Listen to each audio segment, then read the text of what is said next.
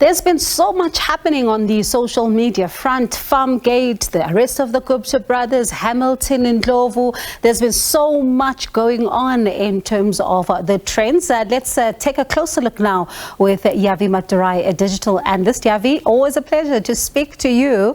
Farmgate appears to be the top trend all week. I'm keen to hear what the users were saying about the president's handling of the developments around the burglary.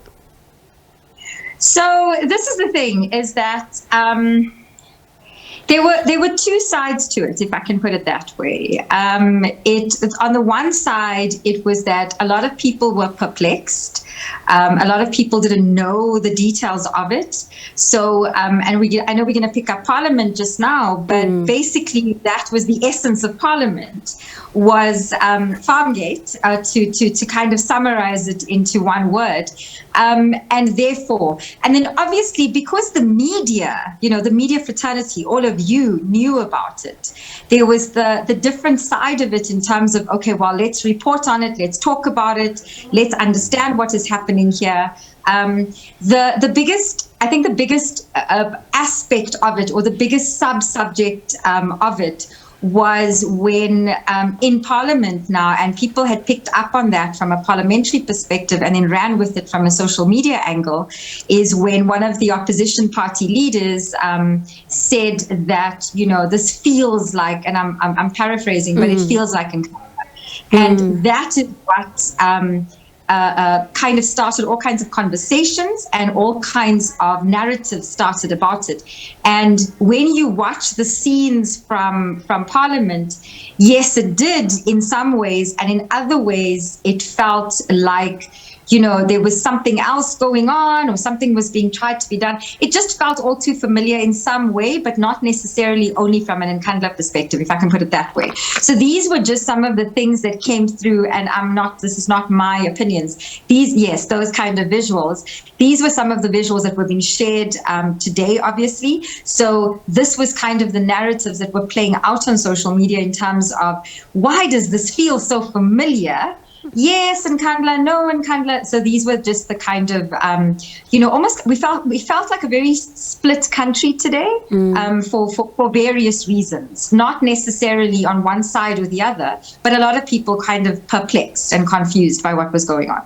Do they want the president to address the nation? I mean, there's been lots of questions around that, and some saying that despite the investigation, they still want the president to kind of like have a family meeting to clarify some of the details here. I think we just missed the family meetings of COVID. But yeah, I think it's just, look, there's a lot I feel like, from what I gathered online, and I'm going to summarize it very quickly, is that there's this sense of like, don't let us down. There's the sense of, you've let us down.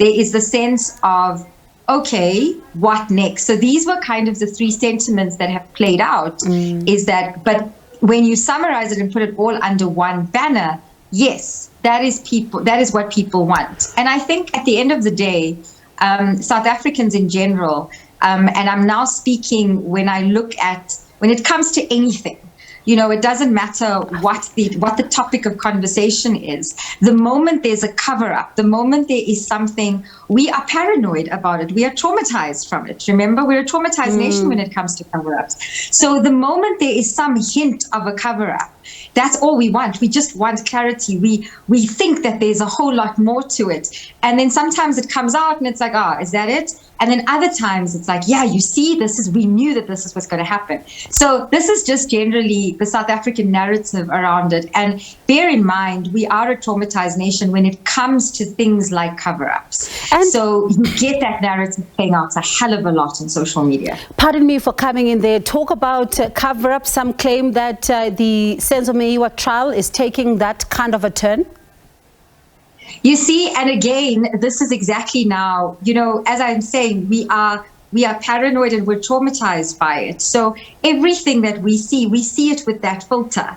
I'm not saying we're wrong or we're right. I've got no opinion on that. It's more about the case of that's that kind of thing that comes through, is at the moment there's a story, we come across with that angle of there is a cover-up. And this is now where it starts and how it starts to play out. So obviously now with the happenings of this week in the trial, this is now exactly what's going to happen. You know, having said that, there's all kinds of subtext and sub conversations that are happening. The potential reality show, the arrest, the potential arrest, the stories that are coming out, the opinions, and there's all kinds of things going on. The last time that I saw a court case create such drama, you can imagine, was the Oscar Pistorius trial. So it has elements of that in terms of all the, you know, it's like a TV, it's like a movie that we're watching and that we have a front row seat to. But yeah, the court case is keeping everyone at dinner table conversations and obviously on the Twitter streets. What about, you know, what they're saying around the Gupta brothers, the arrest? Because some were saying that this appears to be a deflection, but others are welcoming the arrest. Once again, a divided nation. Once again, a divided nation. And honestly, Bongiwe, once again, we look for, is this a cover-up? You know, is there something else that is happening?